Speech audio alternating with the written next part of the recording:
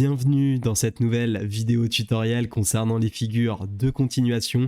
C'est Riquet, je suis ravi de te retrouver. Bienvenue sur la chaîne si c'est la première fois et bien que tu découvres mon contenu. Aujourd'hui, je vais te parler des figures de continuation. Les figures de continuation, en quelques mots, qu'est-ce que c'est? C'est tout simplement des figures qui vont nous permettre en tendance de pouvoir profiter et bien tout simplement suite à une pause ou une correction d'une reprise de la tendance et donc de nous positionner une nouvelle fois, comme tu le sais, c'est ce que je préfère, de nous positionner dans le sens de la tendance et augmenter drastiquement en conséquence nos chances de succès sur le trade que l'on va prendre. Alors dans cette vidéo, je vais te montrer les 3, peut-être 4 même on peut dire, figures de continuation préférées, du moins celles que j'utilise le plus, allant de celles auxquelles j'accorde le moins d'importance à celle pour laquelle vraiment, et peut-être que tu la connais et tu me vois souvent l'utiliser, j'utilise vraiment énormément. Pour que tu puisses profiter au mieux de cette vidéo, je t'invite à avoir quelques prérequis tout de même, c'est-à-dire au moins savoir comment définir la tendance, connaître un petit peu et bien tout simplement la lecture avec notamment les bougies, les chandeliers japonais. C'est vraiment le minimum à savoir pour pouvoir profiter pleinement de cette vidéo sur les figures de continuation. Si ce n'est pas le cas, sache que j'ai fait 2 vidéos au sujet non seulement de la tendance, mais également concernant les chandeliers japonais. Je te mets le lien en description, mais aussi en haut de la vidéo au moment où je te parle, pour que tu puisses aller les voir si tu n'as pas suffisamment de connaissances sur ces sujets. C'est vraiment fondamental pour pouvoir profiter à 100%. Dès que tu les as vus, tu peux revenir, bien entendu, sur cette vidéo. Allez, on va rentrer tout de suite dans le vif du sujet concernant les figures de continuation et découvrons donc ensemble la première figure. Alors, je te rassure, la vidéo n'est pas basée uniquement sur un PowerPoint. Je te montre juste théoriquement à quoi ressemblent nos figures auxquelles on va s'intéresser dans cette vidéo. Et bien sûr, exemple à l'appui avec des graphiques. Parce que comme tu le sais, comme je l'avais dit également dans la vidéo sur les figures de retournement, je t'invite également à aller voir cette vidéo si tu ne l'as pas vue. Pareil, le lien en haut et en description de cette vidéo. Eh bien, ce qu'on voit en théorie n'est pas toujours ce qui se passe sur les graphiques. Par exemple, ici, je te présente le triangle ascendant et descendant. Donc quelle va être l'idée de cette figure? Dans une tendance haussière, on va essayer de voir si on n'a pas des triangles ascendants qui se présentent à nous au moment où l'on trade sur les prix actuels pour voir tout simplement si on n'a pas une pause finalement dans la tendance et on n'a pas des chances par la suite de pouvoir continuer le mouvement, la tendance initiale. Alors comment ça va se matérialiser un triangle ascendant? En fait, il faut que tu imagines avant le début de cette figure que tu as à l'écran ici, qu'on a une impulsion haussière, une réelle tendance. Et puis on va avoir des prix qui vont commencer à se resserrer. Mais ils vont se resserrer d'une certaine manière, comme tu peux le voir. Les plus hauts vont être à peu près constants, d'accord? Donc on va pas avoir nécessairement de nouveaux plus hauts, on va avoir des plus hauts plutôt équivalents. En revanche, on va avoir des plus bas qui vont être de plus en plus hauts. Et c'est ça qui est intéressant, c'est que même si pour le moment on n'arrive pas à faire des nouveaux plus hauts, on n'a pas envie non plus, ou du moins les acheteurs se manifestent moins bas systématiquement à chaque fois qu'on replie, et ça va du coup créer une zone de compression. Tu vois bien ici que l'élargissement se réduit et arriver à un moment, alors soit ça va casser par le bas, soit ça va casser par le haut, mais nous bien évidemment dans cette figure on va chercher à ce que ça casse par le haut, parce que c'est là qu'on va avoir un réel triangle ascendant. On peut avoir un triangle ascendant en cours de construction, mais moi je vais avoir une validation de mon triangle ascendant lorsque la figure va casser par le haut. Et nous, on va chercher à se positionner lors après cassure, plus exactement, de cette résistance. Donc pour tracer, tu prends une oblique que tu traces qui rallie les 2 points bas, d'accord, qui monte progressivement, et tu as une résistance qui encadre 2 points hauts. À l'inverse, le triangle descendant, lui, va faire exactement la même chose que le triangle ascendant, mais dans le sens opposé. On va donc provenir d'un mouvement baissier, d'une tendance baissière. On va avoir 2 points bas, grosso modo, à peu près sur la même zone de prix. En revanche, des points hauts qui sont toujours plus bas, mais qui, eux, continuent de baisser. Et on va avoir du coup une compression à la baisse ici, et on va attendre une cassure de ce support afin de pouvoir se positionner avec un pullback. Comme tu le sais, je me positionne toujours sur les pullbacks et je te présenterai un petit peu comment on peut faire sur les graphiques. Notre objectif, lequel va-t-il être, pardon, c'est tout simplement la hauteur d'accord du triangle. Je te montrerai également sur les graphiques comment reporter. Tu prends la hauteur du triangle et tu te mets sur le point de cassure et tu reportes cette hauteur, ça te donnera ton objectif théorique. On ira définir ensemble des stop-loss également. Voilà concernant les triangles, première figure de continuation. Ensuite, on va retrouver une deuxième figure de continuation qui est le fanion, pennant en anglais, pennant, excusez-moi encore pour mon accent, vous commencez à être habitué, et également le drapeau ou flag, un peu moins dur à dire. J'en ai mis deux. Ici, en fait, c'est deux figures différentes, mais qui finalement se ressemblent quand même de manière assez proche. Pourquoi ? On va avoir encore une fois deux tendances possibles, donc on va essayer de trouver ces figures en tendance, bien évidemment. On va tout d'abord avoir le bull flag ou le bear flag, bull donc pour le marché haussier et bear pour le marché baissier. C'est ni plus ni moins qu'un range, d'accord? Donc en fait on va avoir une tendance haussière dans laquelle on a un range qui va s'installer et tout simplement on va essayer de chercher une cassure de la résistance pour repartir à la hausse. Bien évidemment, ça peut partir à la baisse, mais dans ce cas-là, on n'appellera pas ça un bull flag, ça sera tout simplement un range. En fait, ce bull flag, c'est ni plus ni moins qu'un range issu d'une tendance haussière. La seule différence qui peut être intéressante, c'est que lorsque ça se manifeste, on peut avoir un objectif théorique intéressant lors de la cassure du bull flag. En fait, lorsqu'on va casser par le haut un bull flag, on va pouvoir reporter la hauteur du mât. Je vous montrerai comment faire en vidéo, sur les exemples juste après. Et on va pouvoir reporter cette hauteur sur le dernier point bas afin d'aller chercher un objectif théorique. Pareil pour le bear flag qui intervient et qui fonctionne de la même manière, mais cette fois-ci à la baisse. Concernant le bullish pennant et le bearish pennant, c'est tout simplement une contraction des prix lors d'une tendance. Donc si on a une impulsion haussière, on va avoir des plus hauts, vous voyez, mais d'ailleurs tout comme une tendance baissière, les figures sont exactement les mêmes. On a tout simplement les plus hauts qui font des plus bas et les plus bas qui font des plus hauts, ce qui fait que le prix se contracte et on a bien évidemment des chances que le prix casse soit à la hausse soit à la baisse. Alors, il faut savoir qu'il y a à peu près autant de chances que ça casse à la hausse ou à la baisse. Donc, vous allez me dire, mais quel est l'intérêt du coup de cette figure de continuation puisqu'on a de toute façon autant de chances de casser par le haut que par le bas. Oui, la seule différence, c'est que si ça casse par le haut lors d'une tendance haussière et que ça casse par le bas lors d'une tendance précédée, en tout cas baissière, eh bien, on va avoir un objectif théorique. C'est qu'on va pouvoir reporter le mât. Là où on ne pourra pas le faire dans un triangle, d'accord, de ce type, si ici ça cassait pas par le haut mais par le bas, j'ai pas réellement d'objectif théorique visé. Et on a quand même légèrement plus de chances que ça casse par le haut et ici légèrement plus de chances que ça casse vers le bas, d'accord. Le vrai signal il sera donné lorsqu'on arrivera à passer bien au-dessus du dernier point haut et ici du dernier point bas. C'est pourquoi le bullish pennant est la figure probablement de continuation que je trade et que je sais repérer, mais auquel peut-être j'accorde le moins d'importance. En revanche, il est important de la reconnaître et de pouvoir la localiser, qui peut nous permettre, bien entendu, d'éviter des erreurs et bien au contraire aussi de pouvoir se positionner dans la tendance lorsqu'on voit ces figures de continuation. Elles sont plus rares, elles sont pas forcément plus rares, elles sont plutôt plus aléatoires. C'est pour ça que j'y accorde moins d'importance. Le triangle qu'on a vu précédemment a beaucoup plus de chances de casser par le haut ou par le bas en fonction de la tendance initiale. C'est pourquoi je vais préférer les triangles et également la dernière figure que je vous présente tout de suite.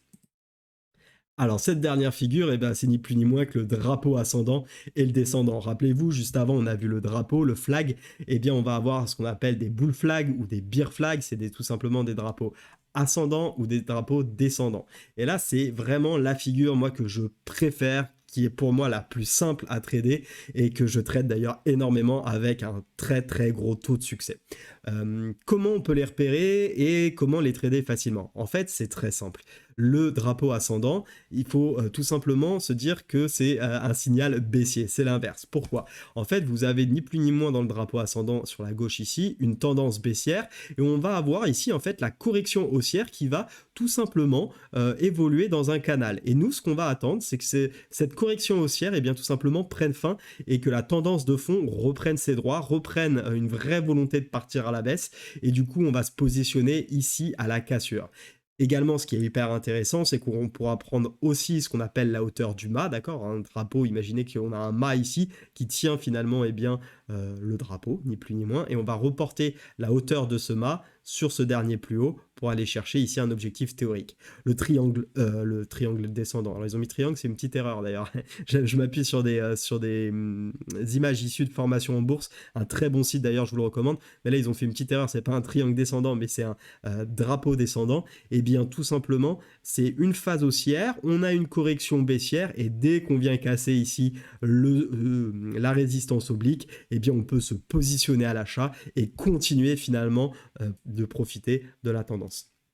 Maintenant qu'on a vu la théorie sur ces différentes figures de continuation, je vous propose bien sûr des cas pratiques où on va aller sur les graphiques directement voir et bien tout simplement comment on peut les repérer et à quoi ça ressemble. Alors, je vais vous proposer tout d'abord de commencer bien par les triangles, rappelez-vous les pennants, ok. Donc là, on est vraiment sur une tendance haussière.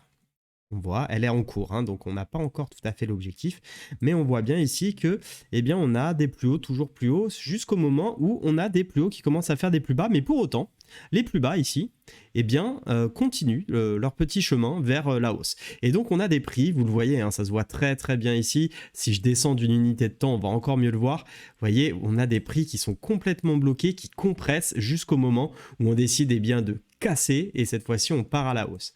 Alors la question qu'on va se poser ici, c'est comment définir l'objectif. Une fois qu'on a repéré un petit peu cette figure de compression, on va pouvoir prendre la hauteur entre le plus bas et le plus haut du triangle, comme ceci, d'accord. Et on va tout simplement aller la poser au niveau de cassure. Donc sur la bougie qui casse, donc on avait celle-ci, on peut reprendre celle-là. Après, ça reste une zone théorique, hein, donc c'est de là à peu près, à quelques points en tout cas près. Et on avait ici du coup notre objectif théorique. Au niveau du stop loss, on peut se positionner souvent sous le dernier plus bas, donc on aurait pu se positionner ici et aller chercher du coup cet objectif. Donc quand je dis ici, pour bien matérialiser, je vais prendre mon petit outil de simulation. J'ai sorti aussi des vidéos qui expliquent comment utiliser notamment ce calculateur sur TradingView, n'hésitez pas à aller les voir.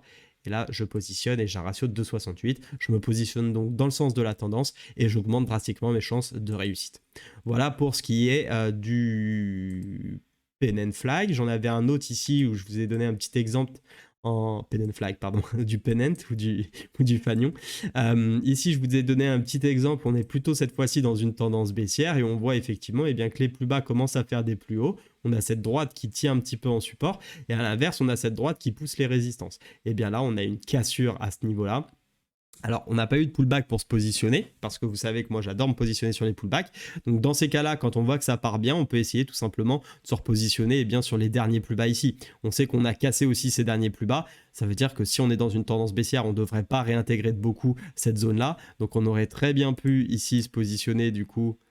Hop, je le mets ici, mais on met un ordre, on pose un ordre, on attend une fois que ça a cassé, que ça revienne. Ici, on aurait été, exécuté à peu près, je le monte avec les petits points tirés, on aurait été exécuté à peu près ici. Au niveau du stop loss, on se met au-dessus, d'accord, des derniers plus hauts. Je vais y arriver, j'ai l'élément qui m'accroche, hop, et je vais chercher la hauteur du triangle à peu près, grosso modo ce niveau-là, et je regarde si tout simplement j'ai un ratio de 2 pour 1 minimum pour trader dans la tendance et vraiment avoir un bon risque ratio. Ici, j'étais pile poil à 2, 1,99, j'étais vraiment pile poil pour prendre ce trade, donc c'était OK. Donc ça, c'est pour la partie pennant, notamment. Je vous montre pas les flags parce que les flags, honnêtement, c'est juste tout simplement des ranges, d'accord. Donc, cherchez des ranges et si vous êtes en tendance, vous attendez que ça casse par le haut. Ici, regardez, très intéressant, on a pour le coup le triangle ascendant. Alors ça, j'aime bien, on a une belle impulsion haussière et on voit ici qu'on a une résistance. Pour autant, on n'a pas vous voyez, cette droite-là, elle est pas plate. Là, ça aurait été un bull flag. Elle est penché, tout simplement. C'est un support oblique parce qu'on a les plus bas qui continuent à faire des plus hauts. On le voit d'ailleurs ici, encore un plus bas plus haut. Et finalement, on finit par céder. Et vous voyez, on avait un petit pullback à ce niveau-là. Pareil, comment se positionner? Je me positionne sur le pullback. Alors après, on aurait pu prendre ce niveau-là, ce niveau-là. Bon, on va dire qu'on est rentré du coup sur ce pullback. Alors, pardon, j'ai pris un Fibonacci, c'est pas tout à fait le bon outil. Allez, on va se dire qu'on se positionne là. On met donc un stop loss sous le dernier plus bas et on vient reporter sur la zone de cassure la hauteur. Alors hop, il veut pas. C'est pas bien grave. Voilà, comme ceci. Et on va reporter la hauteur à ce niveau-là. J'adapte ma taille de position. Je mets mon take profit ici. et j'ai un ratio d'1,77. Donc pas nécessairement un très très beau triangle, d'accord? Donc celui-ci, peut-être qu'il n'était pas si intéressant de jouer l'objectif théorique. Ça ne veut pas dire qu'on ne peut pas jouer d'autres zones, mais purement l'objectif théorique, moi je ne l'aurais pas pris. Après, si vous prenez des ratios, par exemple supérieurs à 1,5, pourquoi pas? Mais en tout cas, l'objectif théorique qu'on aurait visé, c'est celui-ci. On peut bien évidemment laisser courir nos trades aussi, hein. L'objectif théorique n'est qu'un objectif théorique. Ça ne veut pas dire qu'il va s'arrêter systématiquement à cet endroit-là. Donc ça, c'était assez intéressant. Je vais plutôt vous montrer les autres exemples, hein. Je ne vais pas vous faire le calcul à chaque fois, sinon ça va être beaucoup trop long. Là, une belle tendance haussière, encore une fois, on voit que ça contracte. Et ici, la seule différence, eh bien, c'est que c'est parti directement. On n'a pas eu le pullback. Ça arrive, il n'y a pas systématiquement des pullbacks, mais c'est intéressant, ceci dit, de quand même voir cette dynamique parce qu'on peut tout simplement eh bien, se dire qu'on a eu un triangle ascendant, donc a priori, on va continuer. Ici, pareil, je trouvais ça intéressant de vous le montrer aussi avec une zone de prix de résistance, hein, parce qu'encore une fois, une résistance, c'est pas forcément un prix au centime ou à l'euro ou dollar près, ça peut être une zone, et là, on voit pareil, belle impulsion, belle cassure, et derrière, on continue la tendance haussière qui avait été initiée. J'en profite, hein, là, je vous ai montré Google, juste avant GBP, JPY, donc du Forex, là, je suis sur de la crypto, il n'y a pas un actif où ça marche moins bien que les autres. Alors peut-être que parfois, il y a plus de figures qui se répètent sur des marchés, ça c'est possible, je n'ai pas les chiffres à ce niveau-là, mais en revanche, vous pouvez tout à fait trouver ces figures partout. Il faut bien se dire que les figures chartistes, c'est ni plus ni moins qu'une représentation des prix et donc de la psychologie des marchés. Et la psychologie des marchés, à des périodes différentes bien sûr, mais c'est tout le temps la même chose. On a des acheteurs, on a des vendeurs, on cherche un point d'accord, et quand on n'est pas d'accord, il y a forcément une équipe qui est plus forte que l'autre. Quand il y a plus d'offres que de demandes, eh bien ça va dans un sens. Quand il y a plus de demandes que d'offres, ça va dans l'autre sens. Aussi simple que cela. Et un dernier exemple, GBP CHF, vous voyez par exemple ici, alors je l'ai tracé en grand, hein, cette fois-ci c'est pour vous montrer un exemple baissier. On avait tout simplement une zone ici, on aurait pu tracer d'ailleurs un joli petit rectangle, voilà, quelque chose comme ça qui tient, et puis on a les prix ici qui baissent, d'accord, on a cette oblique, il nous faut au moins 2 points de contact pour que ça soit validé. Alors on aurait pu avoir ça, c'est vrai aussi, avec tout simplement une fausse cassure par le haut. Et bon, après, il faut du coup continuer à la considérer. C'est pas impossible, on peut la considérer, mais en tout cas, on a bien cette zone de support qui lâche. Et après, c'est un petit peu ce qu'on a vu déjà dans les vidéos, notamment sur la tendance. Une fois que j'ai mes supports et résistances qui lâchent, j'attends le pullback, la magnifique pullback, et je me positionne. Et je prenais tout simplement comme objectif la hauteur, d'accord, du triangle. Et dans ce cas-là, je reporte sur le point de cassure, et on voit encore une fois que ça a bien fonctionné. Donc ça, c'était pour les triangles, et je vais vous montrer bien évidemment quelques exemples aussi, moi, de ce que je préfère en termes de configuration, de continuation. Eh bien, c'est les canaux. Vous voyez, ça, c'est vraiment... moi, c'est ce que je préfère, tout simplement. J'ai une hausse, je vois un canal là qui corrige, et j'attends tout simplement... En fait, je vais tracer ni plus ni moins qu'une oblique. Ça peut marcher parfois qu'avec les obliques. Je trouve que le canal est plus propre. Mais vous tracez une oblique et vous attendez que ça casse pour reprendre la tendance précédente. Et là, hop, cassure. Vous voyez, on voit bien ici, on a une cassure franche, on vient quasiment pullback la zone, parfois c'est au point près, et derrière ça continue. Ok. L'avantage, quel est-il? Comment on trace les objectifs à ce niveau-là? On prend la hauteur du mât. Donc ici, notre drapeau, on peut considérer que c'était ça, la taille du mât. Hop, je vais bien le mettre du début à la fin. On prend le dernier plus haut qui constitue et on le repositionne ici. Et on voit qu'on a été chercher notre objectif à ce niveau-là. J'en avais un autre ici, cette fois-ci dans une continuation baissière. Très intéressant. Donc on baisse. Pareil, je trace une résistance, un support oblique, donc qui est un petit peu finalement un support contre la tendance de fond, et j'attends qu'il casse. Ça casse, je pull back. Derrière, je prends cette taille-là, la taille du mât, je reporte, et on voit que cette fois-ci, on n'a pas été jusqu'à l'objectif. Donc ça peut arriver aussi, hein, ça ne marche pas à 100%, mais en tout cas, on avait un objectif théorique qui était de cette taille-là. Charge à vous peut-être de sortir quand vous voyez qu'ici, ça forme un W. On en a parlé dans la vidéo précédente. Au niveau d'Apple, j'en avais observé un aussi ici. Alors, je l'ai mis en droite, on va se mettre en bougie. Hop, je zoome. Ça, on n'en a pas besoin.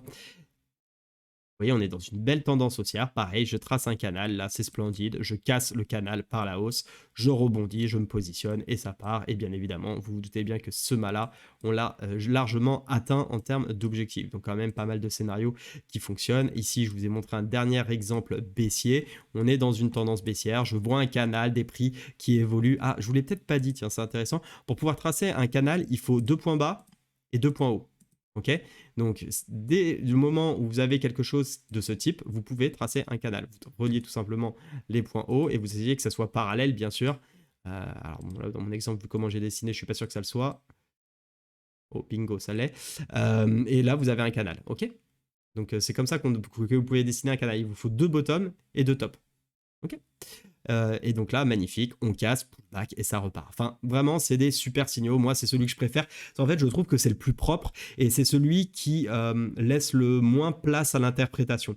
Quand on casse un support ou une résistance oblique, je trouve que c'est très simple à voir. Alors, il y a des fausses cassures, ça existe, bien sûr. Attendez bien les clôtures de bougies également, mais je trouve que c'est vraiment celui, moi en tout cas, avec lequel je suis le plus à l'aise. C'est un ressenti. Il y en a certains, ça sera les pennants, parce qu'ils vont trouver ça plus simple quand ça contracte et que ça casse ensuite. C'est libre à chacun. En tout cas, je vous ai donné plusieurs exemples dans cette vidéo. J'espère que ça vous a plu, j'espère que c'était clair pour vous. N'hésitez pas, bien évidemment, à me dire en commentaire quelle autre configuration potentielle vous utilisez, vous, pour les figures de continuation. Il en existe d'autres. Je vous ai montré les 3 principales, moi, que j'utilise le plus, mais il en existe d'autres. J'en trade d'autres. J'évoque notamment, par exemple, la tasse avec anse, qui est quelque chose, je trouve, de plus rare sur les marchés, mais qui fonctionne très, très bien. Donc, n'hésitez pas à me dire si vous souhaitez, par exemple, que je vous fasse une vidéo sur la tasse avec anse. En attendant, abonnez-vous si vous avez apprécié le contenu et que ce n'est pas déjà fait. Et puis, je vous dis à très vite pour une prochaine vidéo. Allez, salut, ciao!